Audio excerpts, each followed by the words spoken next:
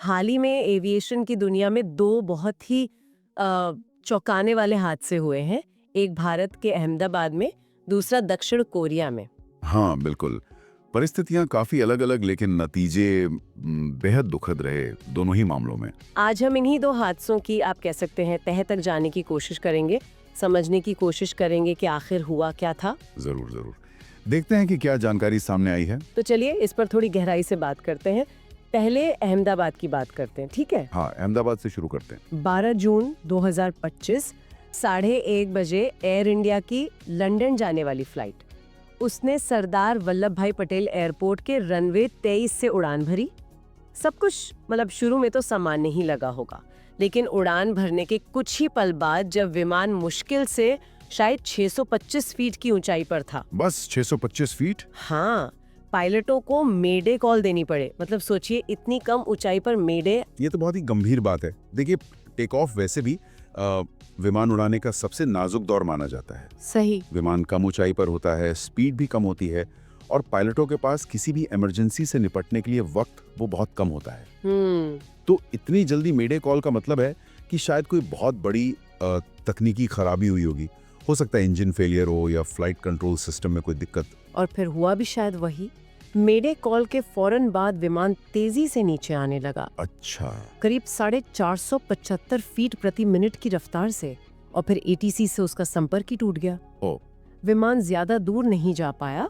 Airport के पास ही एक इलाका है मेघानी नगर, वहाँ एक मेडिकल कॉलेज हॉस्टल की इमारत पर गिर गया। रिहायशी इलाके में? हाँ, और बताया जा रहा है कि उस वक्त हॉस्टल में 50-60 इंटर्न डॉक्टर्स मौजूद थे। अरे बाप रे।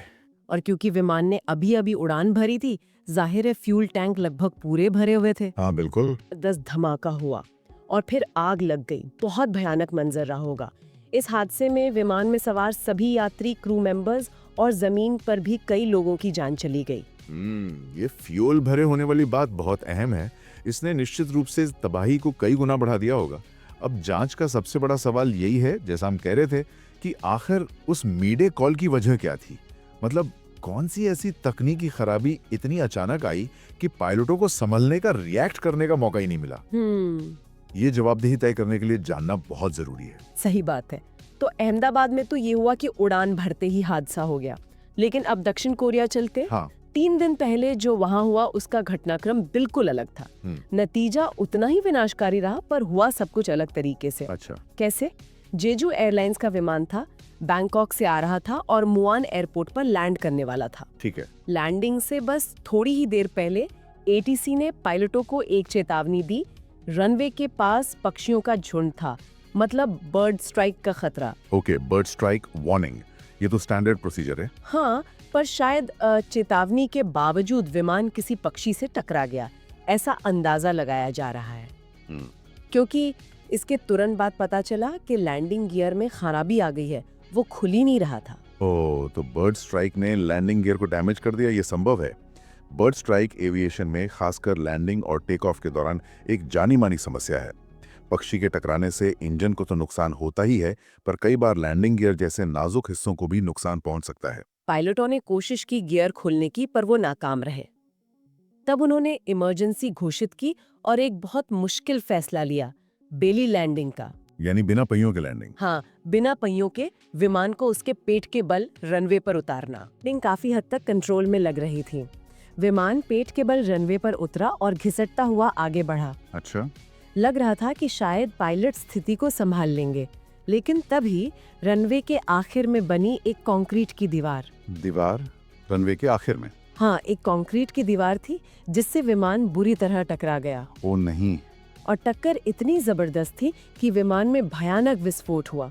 विमान में 181 लोग सवार थे और रिपोर्ट्स के मुताबिक सिर्फ 2 लोग ही बच पाए हैं। सिर्फ 2? 181 में से? ये तो दिल दहला देने वाला है।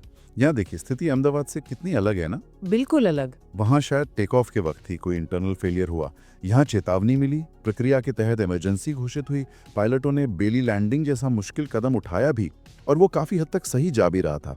लेकिन एक बाहरी चीज, एक अप्रत्याशित फैक्टर, वो कंक्रीट की दीवार, उसने सब कुछ बदल दिया।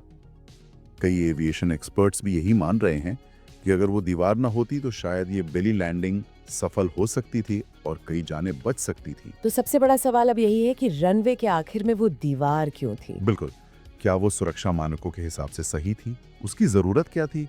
ये जांच का बहुत बड़ा बिंदु है। तो मतलब एक तरफ अहमदाबाद में टेक ऑफ के तुरंत बाद हादसा, शायद किसी बड़ी तकनीकी खराबी की वजह से, और दूसरी तरफ दक्षिण कोरिया में लैंडिंग के दौरान सारी प्रक्रिया फॉलो करने के बावजूद एक बाहरी रुकावट के कारण इतना बड़ा हादसा। हाँ, दोनों ही मामले दिखाते हैं कि एविएशन सुरक्षा कितनी जटिल चीज है।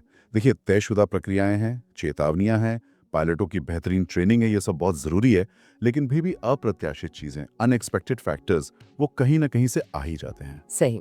अहमदाबाद में उस मेडे कॉल का असली कारण क्या था और दक्षिण कोरिया में उस दीवार का वहां होना कितना सही था, ये दोनों ही जांच के केंद्र बिंदु रहेंगे।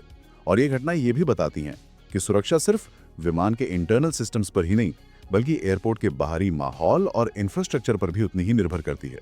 ये वाकई हमें सोचने पर मजबूर करता है कि क्या हवाई सफर में सुरक्षा के इतने सारे दावों और प्रोटोकॉल्स के बावजूद क्या हम कभी भी ऐसी अनहोनी, ऐसी अप्रत्याशित घटनाओं से पूरी तरह महफूज हो सकते हैं?